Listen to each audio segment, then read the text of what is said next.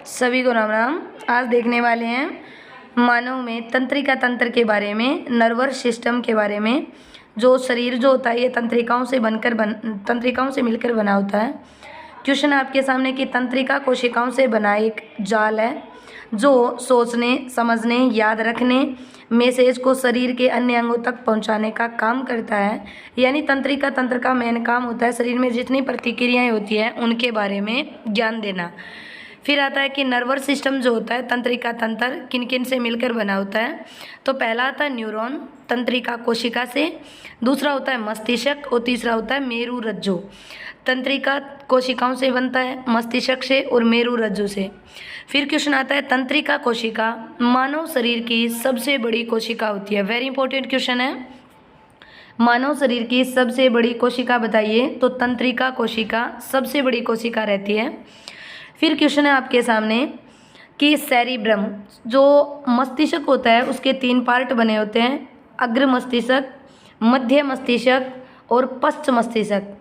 Cerebrum जो होता है वो होता है अग्र मस्तिष्क का भाग। अग्र मस्तिष्क होता है उसके भाग होते हैं पहला जिन्हें हम प्रमस्तिष्क या सेरिब्रम बोलते हैं। सेरिब्रम होता है मस्तिष्क का सबसे बड़ा भाग होता है, सबसे ज़्यादा विकसित होता है। ये बुद्धिमत्ता और चतुराई का मुख्य केंद्र माना जाता है। सोचने, समझने, चिंता करने, प्रेम करने, भय, घृणा आदि जो चीज़ें होती हैं वो सभी की सभी सेरिब्रम में होती है, जिसका हिंदी में नाम प्रमस्तिष्क भी कहा जाता है। फिर आता है आपके सामने थैलेमस।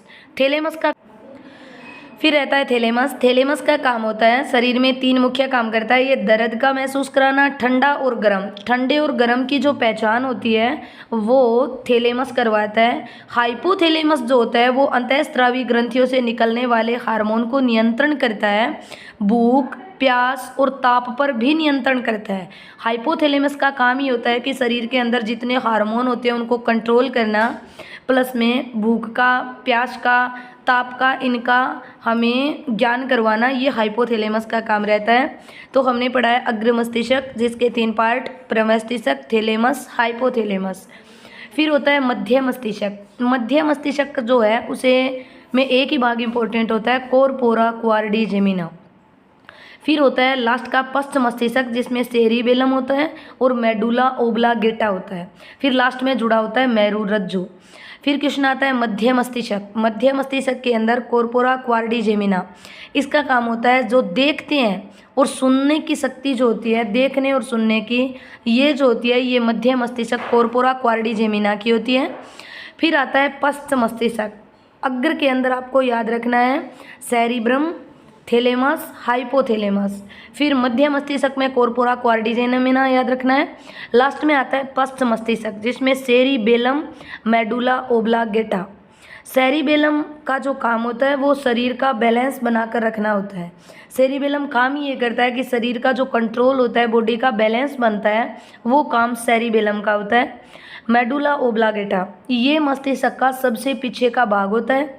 इसका काम होता है मेडुला ओब्लांगेटा का कि हार्ट बीट जो होती है हृदय की, उसे नियंत्रण करना, ब्लड प्रेशर को नियंत्रण करना और श्वसन की क्रिया को नियंत्रण करना। इनका 3 काम होता है, हार्ट बीट नियंत्रण, ब्लड प्रेशर और श्वसन क्रिया को जो नियंत्रण करता है उसका काम है मेडुला ओब्लांगेटा का। शरीर का कंट्रोल बनाए रखना काम है सेरिबेलम का।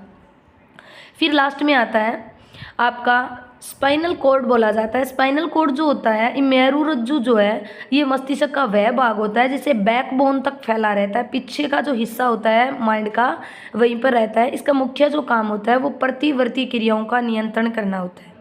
मेरु रज्जु जो होता है ये काम ही ये करता है शरीर में जो प्रतिवर्ती क्रियाएं होती है ना, ऐच्छिक और अनैच्छिक क्रिया बोलते हो, जैसे आँख का झपकना या आँख में कुछ गिरने पर अपने आँख का बंद हो जाना या गर्म हाथ लगने पर अचानक हाथ को हटा लेना, ये जो क्रियाएं होती है प्रतिवर्त भय के अंदर, ये जो स्किन के बाल होते हैं खड़े हो जाना, ये जो चीज़ होती है इसे बोला जाता है प्रतिवर्ती क्रिया। ये जो कंट्रोल करता है वो होता है मेरु रज्जु।